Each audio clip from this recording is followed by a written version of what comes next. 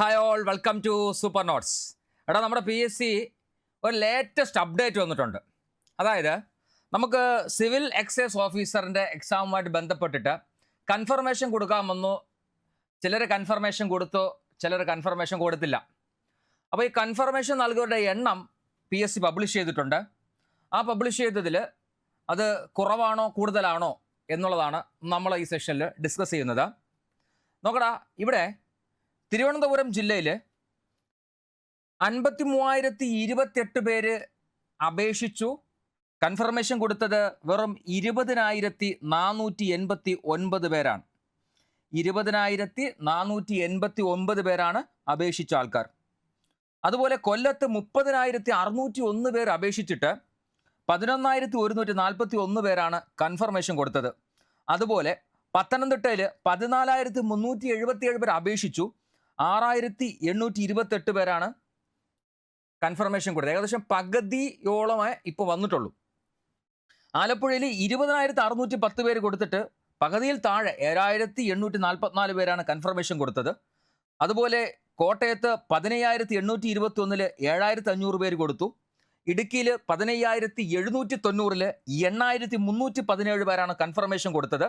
എറണാകുളത്ത് 29,000, അത് ഏകദേശം 30,000 അടുപ്പിച്ച് അപേക്ഷിച്ചു. പക്ഷേ ഏകദേശം 14,000 അടുപ്പിച്ച് മാത്രമേ, അപ്പോൾ ഏകദേശം പകുതിയോളം പേര് മാത്രമേ അവിടെ എന്ത് കൊടുത്തുള്ളൂ, കൺഫർമേഷൻ കൊടുത്തുള്ളൂ. അതുപോലെ തൃശ്ശൂർ ആണെങ്കിൽ 19,792 പേരിൽ വെറും 8,151 പേരാണ് കൺഫർമേഷൻ കൊടുത്തത്. അതുപോലെ പാലക്കാട് പറയുകയാണെങ്കിൽ 32,098 പേരാണ് അപേക്ഷിച്ചത്. ശ്രദ്ധിക്കണം, അവിടെ 12,840 പേരാണ് പാലക്കാട് കൺഫർമേഷൻ കൊടുത്തത്. മലപ്പുറത്ത് 25,248 പേരിൽ 11,229 പേരാണ് കൺഫർമേഷൻ കൊടുത്തത്. അതുപോലെ കോഴിക്കോടാണെങ്കിൽ 31,384 പേര് കൊടുത്തതിൽ 12,463 അപേക്ഷിച്ചത്. അതുപോലെ 11,446 പേർ വയനാടിൽ 5,000 സംതിങ് ആണ്. അതുപോലെ 21,312 പേര് കണ്ണൂർ അപേക്ഷിച്ചിട്ട് വെറും 8,848 പേരാണ് എന്ത് ചെയ്തത്, കൺഫർമേഷൻ കൊടുത്തത്. കാസർഗോഡാണെങ്കിൽ 12,038 പേരിൽ 5,190 പേരാണ് കൺഫർമേഷൻ കൊടുത്തത്. അപ്പോൾ ഇവിടെ നോക്കടാ, ഏകദേശം പകുതിയോ അതിൽ താഴെയുള്ള ശതമാനം ആൾക്കാരും മാത്രമേ ഇവിടെ കൺഫർമേഷൻ കൊടുത്തുള്ളൂ. എന്ന് പറഞ്ഞാൽ കൺഫർമേഷൻ കൊടുത്ത് പഠിക്കുക എന്ന തീരുമാനത്തിലുള്ള ആൾക്കാർ ചുരുങ്ങിയിട്ടുണ്ട്. ഇത് പഠിക്കുന്നവർക്ക് ഒരു പ്ലസ് പോയിന്റ് ആയിട്ട് നിങ്ങൾ കണക്കാക്കണം. നിങ്ങളുടെ മത്സരത്തിന് കുറച്ച് ആൾക്കാർ കുറഞ്ഞു കിട്ടി, പക്ഷെ അവിടെയും നിങ്ങൾ ശ്രദ്ധിക്കണം, PSC ഇപ്പോൾ ലിസ്റ്റുകളൊക്കെ എന്ത് ചെയ്യുന്നുണ്ട്, ചുരുക്കുന്നുണ്ട്. അതുകൊണ്ട് തന്നെ ഈ പറയുന്ന ഈ 12,000 അല്ലെങ്കിൽ 15,000 വരുന്ന അപേക്ഷകരിൽ, അല്ലെങ്കിൽ ഈ ഇപ്പോൾ കൺഫർമേഷൻ കൊടുത്ത ആൾക്കാരിൽ ഏറ്റവും ടോപ്പിലെത്തുക, അതായിരിക്കണം നമ്മുടെ ലക്ഷ്യമെന്ന് പറയുന്നത്. അതല്ലാതെ ഇതിനകത്ത് ഏതെങ്കിലും ഒരു മൂലയിലോ ഒരു സപ്ലിയിലെങ്കിലും വന്നാൽ മതിയായിരുന്നു എന്നതല്ല നമ്മുടെ ഉദ്ദേശം. എപ്പോഴും നിങ്ങൾ ശ്രദ്ധിക്കണം, നമ്മുടെ ഉദ്ദേശം സപ്ലിയിൽ വരിക എന്നതല്ല, നമ്മുടെ ഉദ്ദേശം ലിസ്റ്റിൽ വരിക എന്നതല്ല, നമ്മുടെ ഉദ്ദേശം ജോലിക്ക് കയറണമെന്നുള്ളതാണ്. ജോലിക്ക് കയറണമെങ്കിൽ ഇപ്പോഴത്തെ PSCയുടെ രീതി അനുസരിച്ച് നമ്മൾ ടോപ്പ് റാങ്കിലെത്തണം. അപ്പം അതിന് വേണ്ടിയിട്ട് ആത്മാർത്ഥമായിട്ട് പഠിക്കണം. എപ്പോഴും നമ്മുടെ ടാർഗറ്റ് നിങ്ങൾ ശ്രദ്ധിച്ചോളണേ, ലിസ്റ്റിൽ കയറുക എന്നതല്ല.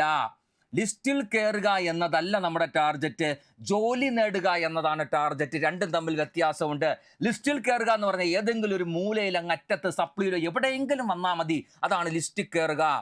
പക്ഷെ അതല്ല നമ്മുടെ ഉദ്ദേശം. ലിസ്റ്റിൽ വരുമ്പോൾ ഏറ്റവും ടോപ്പായിട്ടുള്ള ഭാഗത്ത് തന്നെ, ഏറ്റവും മുന്നിൽ തന്നെ വരാൻ ശ്രമിക്കണം. എങ്കിലേ ഇപ്പോൾ ജോലിക്ക് സാധ്യതയുള്ളൂ. എന്നതുകൊണ്ട് കളഞ്ഞിട്ട് പോകാൻ വേണ്ട, എന്നെ കണ്ടത് പറ്റൂല എന്ന് പറഞ്ഞിട്ട് പോവുകയല്ല ചെയ്യേണ്ടത്. ആത്മാർത്ഥമായിട്ട് പരിശ്രമിച്ചാൽ നമുക്ക് ടോപ്പിലെത്താൻ സാധിക്കും. നിങ്ങൾക്ക് നിങ്ങളെ വിശ്വസിച്ചില്ലെങ്കിൽ പിന്നെ നമ്മൾ ആരെയാടാ വിശ്വസിക്കുന്നത്? നമുക്ക് സ്വയം ഒരു വിശ്വാസം വേണം, അല്ലാതെ വേറൊരാളല്ല നമ്മൾക്ക് നമ്മളെ തന്നെ ഫസ്റ്റ് വിശ്വസിക്കണം.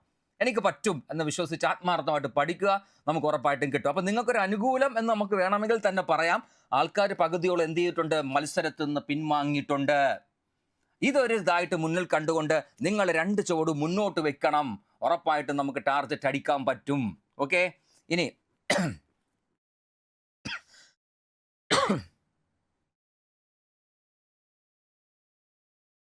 എടാ നമ്മുടെ സിലബസ് ഒന്ന് നോക്കിയടാ. നമ്മുടെ സിലബസ് എന്ന് പറയുന്നത് ചരിത്രത്തിൽ നിന്ന് 5 മാർക്ക്, അതുപോലെ ഭൂമിശാസ്ത്രം 5 മാർക്ക്, അതുപോലെ എക്കണോമിക്സ് 5 മാർക്ക്, ഇന്ത്യൻ ഭരണഘടന 5 മാർക്ക്, ഇന്ത്യൻ ഭരണഘടന 8 മാർക്ക്, ഓക്കെ, ഇന്ത്യൻ ഭരണഘടന നമുക്ക് എത്ര മാർക്കുണ്ട്? 8 മാർക്കുണ്ട്. അതുപോലെ കേരളം ഭരണ സംവിധാനം 3 മാർക്ക്. അപ്പം അങ്ങനെ നോക്കുമ്പോൾ 8ഉം 3ഉം ഒരു 11 മാർക്കോളം അവിടെ ഉണ്ട് കേട്ടോ. ഒരു ഒരു എക്കണോമിക്സിനെ റിലേറ്റ് ചെയ്തിട്ട് വരുമ്പോൾ അവിടെ ഒരു 11 മാർക്കോളം നമുക്ക് അവിടെ വരുന്നുണ്ട്. പിന്നെ അതുപോലെ ജീവശാസ്ത്രം പൊതുജനാരോഗ്യം 4 മാർക്ക്, അതുപോലെ ഭൂമിശാസ്ത്രം 3 മാർക്ക്, ഭൗതിക ശാസ്ത്രം 3 മാർക്ക്, രസതന്ത്രം 3 മാർക്ക്. അതായത് 6ഉം 4ഉം 10 മാർക്ക് എന്ന് പറയുന്നത് സയൻസ് എന്നാണ്. ഓക്കെ, സയൻസ് നിന്ന് 10 മാർക്ക് അവിടെ വരുന്നുണ്ട്. അതുപോലെ കലാ കായിക സാംസ്കാരികവുമായി ബന്ധപ്പെട്ടിട്ട് അവിടെ നമുക്കൊരു 4 മാർക്ക് വരുന്നുണ്ട്. ഇനി അവിടെ നമ്മൾ ശ്രദ്ധിക്കേണ്ടത്, ഇനിയാണ് നമ്മുടെ പ്രധാനപ്പെട്ട ഹോട്ട് ഏരിയ എന്ന് പറയുന്നത്. ആനുകാലിക വിഷയങ്ങളിൽ നിന്നും 10 മാർക്ക്, അതുപോലെ ലഘുഗണിതം മാനസിക ശേഷി 10 മാർക്ക് 20, ജനറൽ ഇംഗ്ലീഷ് 10 മാർക്ക് 30, അതുപോലെ പ്രാദേശിക ഭാഷ മലയാളം 10 മാർക്ക് 40, അതുപോലെ സ്പെഷ്യൽ ടോപ്പിക്ക് 20 മാർക്ക്. അങ്ങനെ ആ ഏരിയ ആകെ മൊത്തം എത്ര മാർക്കിനുണ്ടാ?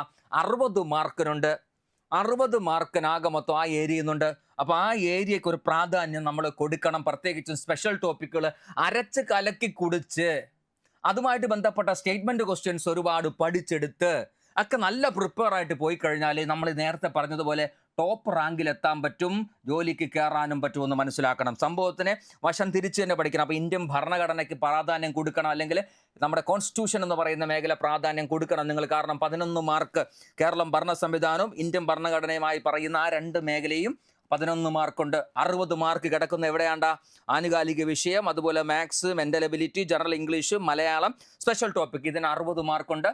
ഈ മേഖലകൾക്ക് ഒരു പ്രാധാന്യം നിങ്ങൾ ഉറപ്പായിട്ടും കൊടുക്കണം.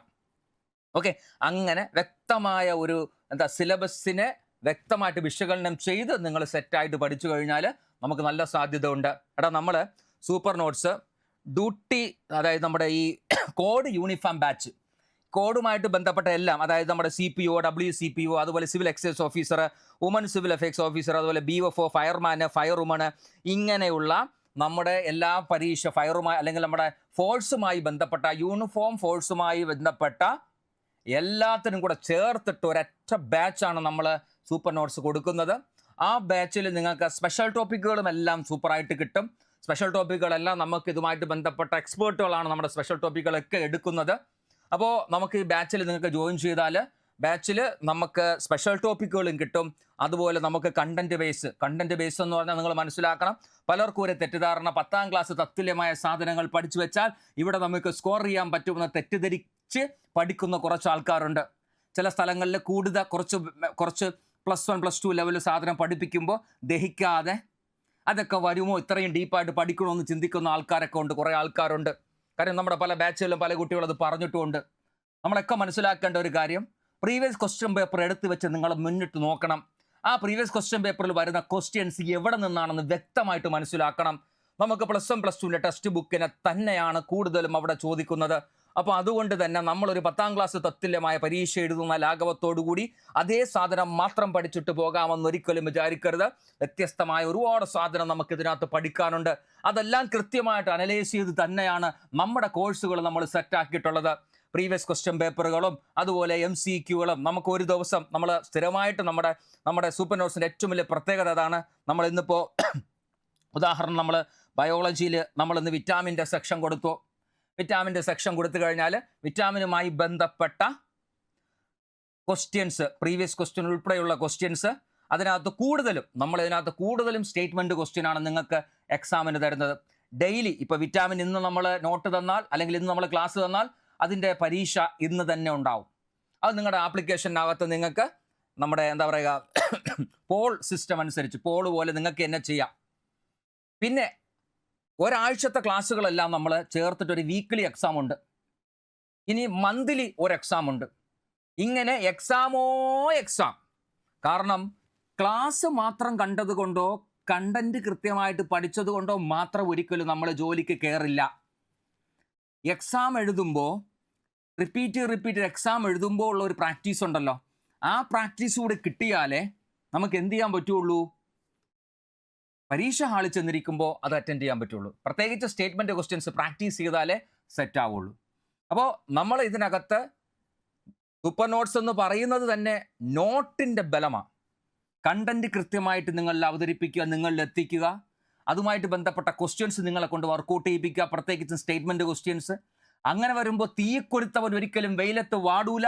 ഉറപ്പായിട്ടും സൂപ്പർ നോട്ട്സിൻ്റെ ക്ലാസ്സുകൾ കാണുന്നവൻ പരീക്ഷ ഹാളിൽ ചെന്നിരുന്ന് വേർക്കൂല. ആ ഒരു ഉറപ്പ് നമ്മൾ തരാം.